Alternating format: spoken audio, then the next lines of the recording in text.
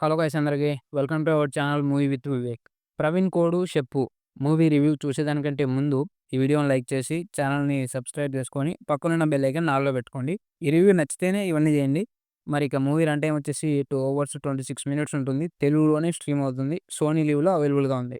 Movie చూడడానికైతే main reason Basil Joseph గారండి. అంటే ఆయన మూవీలో ఉన్నారు అంటేనే ఆ మూవీ మినిమం గ్యారంటీ మూవీ అని నా మైండ్లో ఫీడ్ అయిందనమాట. సో అందుకే చూసేసా ఇక. ఈ 'ప్రవీణ్ కోడు చెప్పు' మూవీలో ఈయన పోలీస్ క్యారెక్టర్ అయితే చేశారనమాట.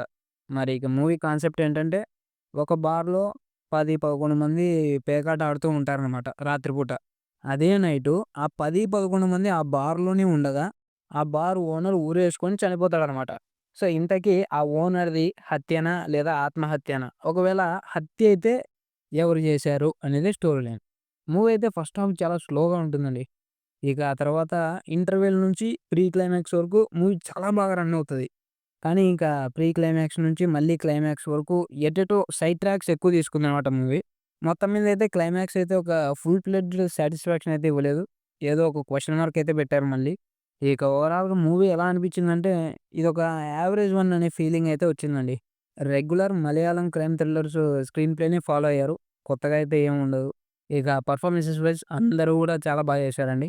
సినిమాటోగ్రఫీ కూడా చాలా బాగుంది. బీజీఎం అయితే నెక్స్ట్ లెవెల్‌లో ఉంది. ఇక ఓవరాల్‌గా ఈ మూవీ రేటింగ్ వచ్చేసి ఇది నా వరకు మాత్రమే 3/5. ఈ రివ్యూ గనుక మీకు నచ్చినట్లయితే వీడియోని లైక్ చేసి ఛానల్‌ని సబ్స్క్రైబ్ చేసుకొని పక్కనున్న బెల్ ఐకాన్ ఆల్‌లో పెట్టుకోండి. Thank you all. Thank you so much.